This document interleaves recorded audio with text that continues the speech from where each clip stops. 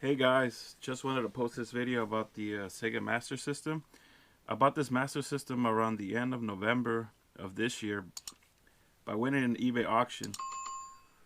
I paid $65 plus shipping, and the reason behind getting a Master System was to play Sydney Hunter and the Sacred Tribe from CollectorVision. Shout out to them. I had pre-ordered the game and forgot about it, but it came in July of 2019, but I couldn't play it since I had no system to play on. A year and a half later, now 2020, I set out to get a Master System, and the search led to eBay, and I managed to get this. Just this past weekend, I got around to actually using it, and to my dismay, it didn't work. It would power on and just give a blank screen with no sound. Maybe after a few tries, I would get a garbled image. First thing I thought was like, I mean, I just paid eBay prices on this thing. The listing did say it worked, but instead of returning it, which the seller did offer, I decided to go down the beaten path and try to fix it. After 3 days of troubleshooting and following schematics and a flowchart from smspower.org, I got it to work. The main purpose of the video is to document the fix, and at least for my system and maybe for other retro gamers having the same issue. The common issue with these systems are the voltage regulators going out, cold solder joints, wrong power supplies, or adapters. On my board, everything looked good other than the puddles of flux on the pins of the RAM and BIOS chips.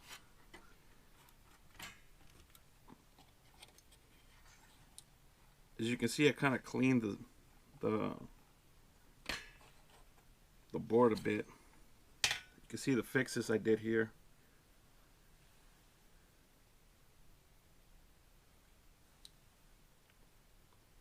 So what I did, I checked all the voltages from the adapter all the way to every chip on this board. I did find one chip that was getting 1 volt instead of 5, which was this one. I think this is the BIOS chip. I fixed the issue. I made a jumper there.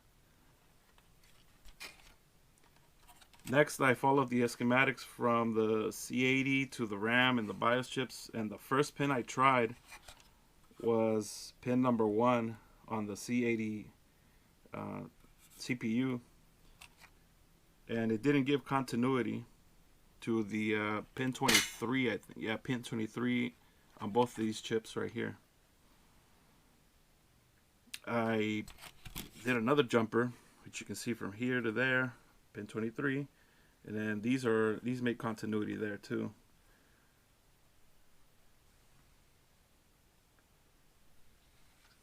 So I tried it again, and after correcting those two issues, it powered on. I managed to get the BIOS boot up screen with the free games that are included with the system. I'm far from being an expert and consider myself lucky to have been able to fix this console. Yeah, I'm a Sega fanboy and Sega will continue to kick ass. But let me show you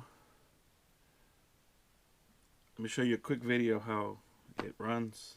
So hang on tight.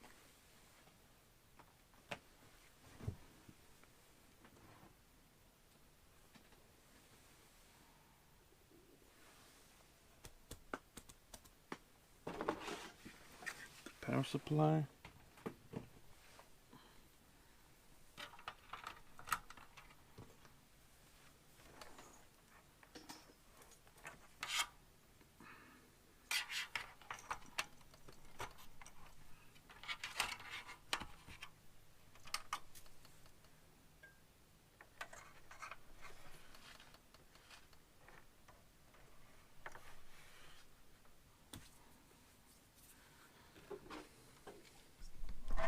See if I can do this.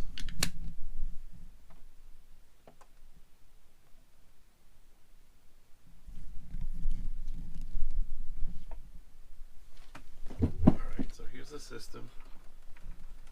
Power it on. And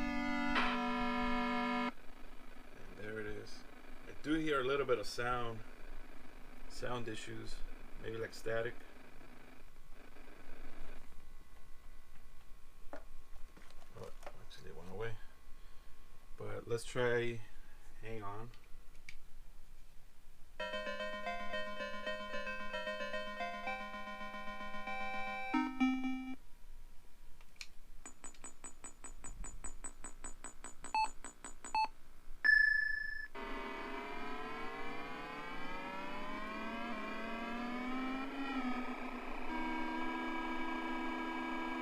Go. Well, it's working, guys. All right, signing off.